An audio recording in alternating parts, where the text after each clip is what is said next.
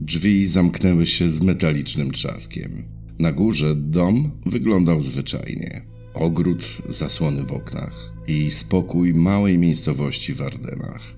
Nic, co mogłoby wzbudzić niepokój. Na dole było inaczej. Piwnica pachniała wilgocią i ziemią. Ściany surowe, betonowe. W jednym z pomieszczeń materac. Drzwi zamykane na klucz od zewnątrz. Dziewczyna miała kilkanaście lat. Jeszcze chwilę wcześniej siedziała w samochodzie, przekonana, że pomaga parze, która szuka drogi. Kobieta uśmiechała się uspokajająco. Mężczyzna mówił spokojnym głosem. Teraz rozumiała, była pewna, że to pomyłka. Na schodach rozległy się kroki. W drzwiach stanął Michel Fourniret, spokojny. Za nim Monique Olivier. Patrzyła uważnie, nie odwracała wzroku. To nie było impulsywne działanie. To był schemat. Samochód, uprzejmość, kobieta budząca zaufanie. Szybkie zamknięcie drzwi, kilkanaście minut jazdy. I piwnica. Dziewczyna próbowała rozmawiać, tłumaczyć, obiecywać, że nikomu nic nie powie. Słuchali bez emocji. Wkrótce zrozumiała, że nie chodzi o pieniądze ani o chwilowy napad. I że nie była pierwsza. Przez lata nikt nie łączył znikających dziewcząt z tym domem, z tą piwnicą, z małżeństwem, które wyglądało zwyczajnie. Na pierwszy rzut oka nie wyróżniali się niczym szczególnym. On wysoki, szczupły i cichy. Michel Fourniret sprawiał wrażenie człowieka zamkniętego w sobie. Nie szukał towarzystwa, nie przyciągał uwagi. Potrafił godzinami milczeć. Ona bardziej rozmowna. Monique Olivier miała w sobie coś, co uspokajało. Potrafiła się uśmiechnąć, nawiązać rozmowę, zadać pytanie, które skracało dystans. Poznali się w latach 80., kiedy Fourniret przebywał w więzieniu za wcześniejsze przestępstwa seksualne. Olivier zaczęła z nim korespondować. Listy szybko stały się regularne. Wymieniali fantazje, marzenia i plany. Wiedziała, kim jest. Wiedziała, za co siedzi. A jednak postanowiła wejść w jego świat. Gdy Michel wyszedł z więzienia, zamieszkali razem. Najpierw we Francji, potem w Belgii. Często się przeprowadzali, zmieniali adresy i miejsca pracy. Wyglądali jak para, która po prostu szuka swojego miejsca. W rzeczywistości budowali coś innego. Fourniret miał obsesję na punkcie młodych dziewcząt. Mówił o czystości, o kontroli i potrzebie dominacji. Monique nie tylko wiedziała o tych fantazjach, ale z czasem zaczęła w nich uczestniczyć. W ich relacji role były wyraźne. On decydował, on planował, on realizował najgorsze elementy schematu. Ona pomagała, uspokajała ofiary, siadała obok w samochodzie. Czy była ofiarą manipulacji, czy została zdominowana przez silniejszą osobowość? A może od początku była współtwórczynią planu? Odpowiedź nie jest prosta. Z zeznań wynika, że Olivier była zazdrosna o uwagę, jaką Fourniret poświęcał ofiarom. Chciała mieć nad nim kontrolę, chciała być potrzebna. W ich zamkniętym świecie lojalność wobec siebie była ważniejsza niż wszystko inne. Zanim Francja i Belgia zaczęły łączyć znikające nastolatki z ich nazwiskami, oni zdążyli stworzyć mechanizm niemal doskonały. Zanim ich nazwiska trafiły do mediów, były tylko pojedyncze zaginięcia.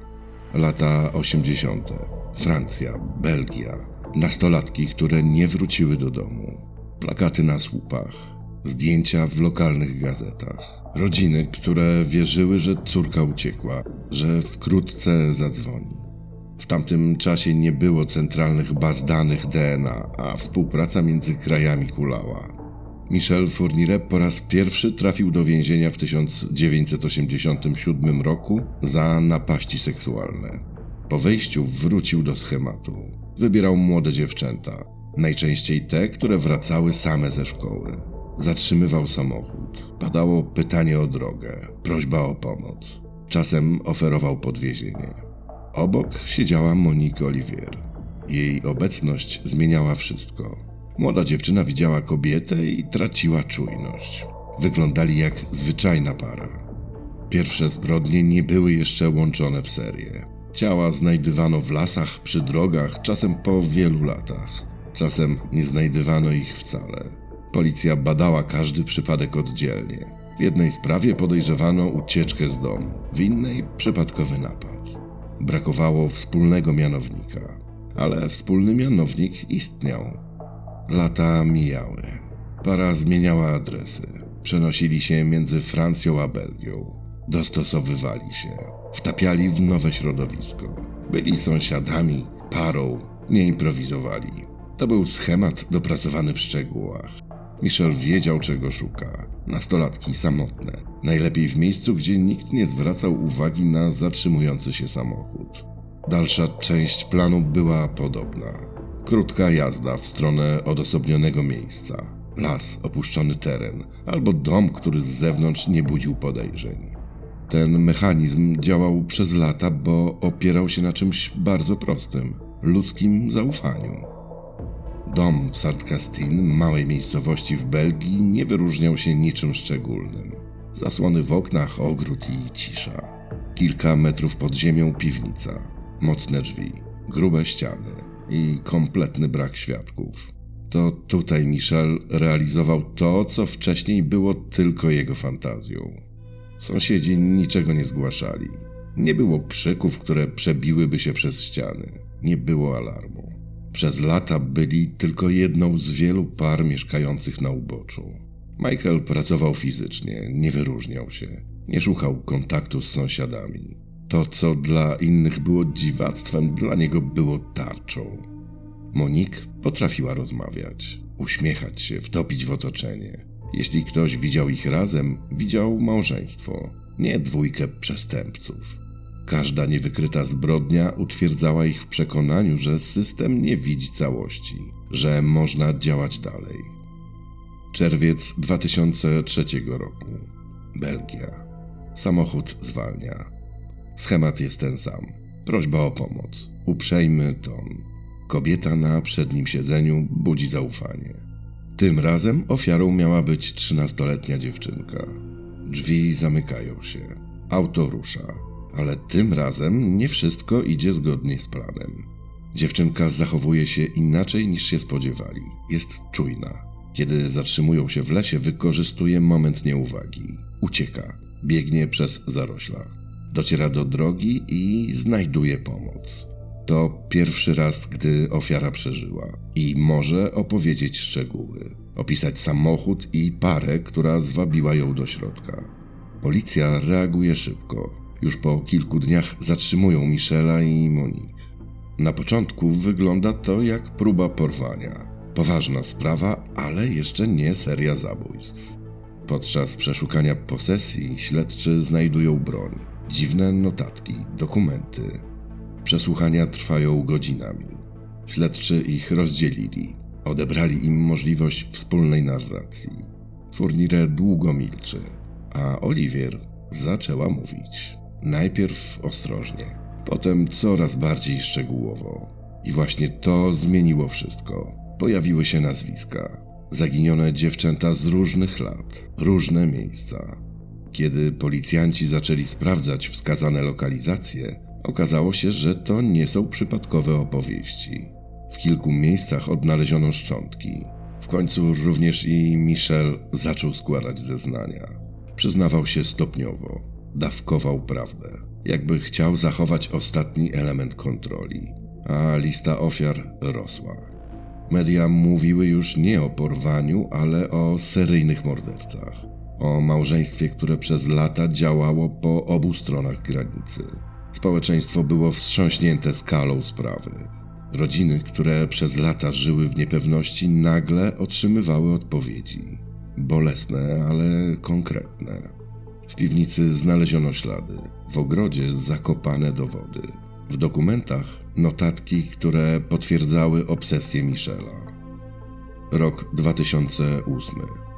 Sala sądowa wypełniła się dziennikarzami i rodzinami ofiar. Na ławie oskarżonych Michel Fourniret i Monique Olivier. Oboje spokojni. Akt oskarżenia obejmuje serię porwań i zabójstw młodych dziewcząt. Fourniret przyznał się do części czynów. Olivier potwierdziła swoją rolę w zwabianiu ofiar i ukrywaniu dowodów. Rodziny słuchają szczegółów, które przez lata były tylko domysłami. Miejsca pochówku, okoliczności śmierci. Michel mówił chłodno, czasem z uśmiechem, który wywoływał oburzenie na sali. Opisał swoje motywy jako poszukiwanie czystości. Te słowa brzmiały absurdalnie w kontekście faktów. Olivier przedstawiła siebie jako osobę podporządkowaną, zdominowaną przez silniejszego partnera. Obrona próbowała budować narrację o manipulacji i zależności emocjonalnej. Prokuratura mówiła jasno, uczestniczyła świadomie, wielokrotnie i aktywnie. Proces trwał kilka tygodni. Media relacjonowały każdy dzień. We Francji i Belgii temat zdominował wiadomości. W maju 2008 roku zapadł wyrok. Fourniret i Olivier zostali skazani na dożywotnie pozbawienie wolności. Na sali nie było oklasków, była cisza. Ale nawet po wyroku sprawa nie została zamknięta. Lista ofiar wciąż nie była ostateczna. W 2020 roku Fourniret oficjalnie przyznał się do kilku kolejnych zbrodni, w tym do zabójstw sprzed dekad. Śledczy przeszukiwali wskazane przez niego miejsca. Część szczątków odnaleziono, część wciąż pozostała bez fizycznego potwierdzenia. W tym samym czasie Monique Olivier również zaczęła ujawniać nowe informacje. Jej zeznania pomagały potwierdzić szczegóły, lokalizować miejsca pochówku i rekonstruować przebieg zdarzeń. W 2021 roku Fourniret zmarł w więzieniu we Francji. Dla wielu rodzin była to gorzka wiadomość. Oznaczała, że część pytań pozostanie bez odpowiedzi. Nazwisk niektórych ofiar już nigdy nie poznamy. Śledztwa jednak nie ustały. W 2023 roku Olivier stanęła ponownie przed sądem, oskarżona o współudział w sprawach, które nie były objęte pierwszym procesem. Kolejne wyroki potwierdziły jej odpowiedzialność. Sprawa Fourniret i Olivier okazała się długą historią, rozciągniętą na ponad 3 dekady. Zbrodnie popełnione w latach 80. i 90. wciąż wracały w dokumentach i przesłuchaniach. Ta sprawa zmieniła sposób, w jaki Francja i Belgia patrzą na działania policji. Usprawniono wymianę informacji, poprawiono systemy DNA. Zwiększono też kontrolę nad recydywistami skazanymi za przestępstwa seksualne. Po latach dom w Ardenach nie budzi już sensacji. Nowi mieszkańcy, nowe zasłony w oknach. Cisza jak w setkach innych miejscowości we Francji i Belgii. To wszystko na dziś. Dziękuję, że wysłuchaliście do końca. Zapraszam do subowania kanału, podbijania filmu i jeśli się podobało, to dawania łapek w górę. Dziękuję bardzo.